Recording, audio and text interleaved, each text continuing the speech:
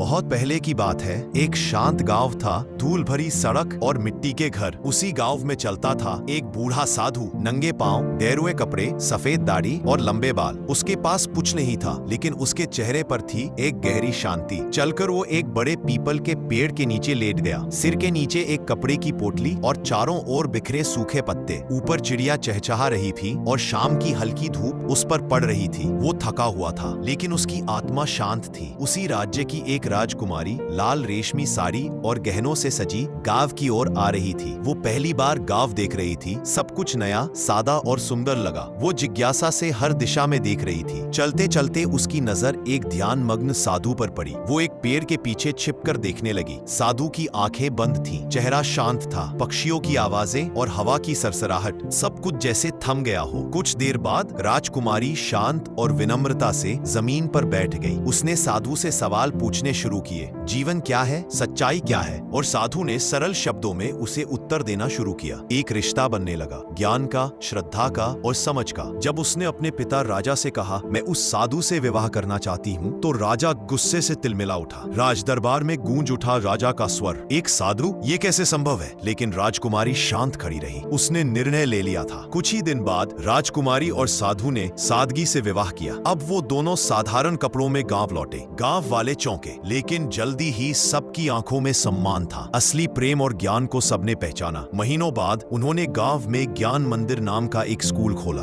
गरीब बच्चों को पढ़ाने का काम शुरू हुआ, बिना फीस, बिना भेदभाव। बच्चे स्लेट किताब लेकर मुस्कुरा रहे थे और साधु राजकुमारी का सपना अब गांव की नई पीढ़ी के साथ जीवित हो चुका था। यह कहानी हमें सिखाती है, धन या रुतबा नहीं, ज्ञान, प्रेम और सेवा ही जीवन की सच्ची दौलत है।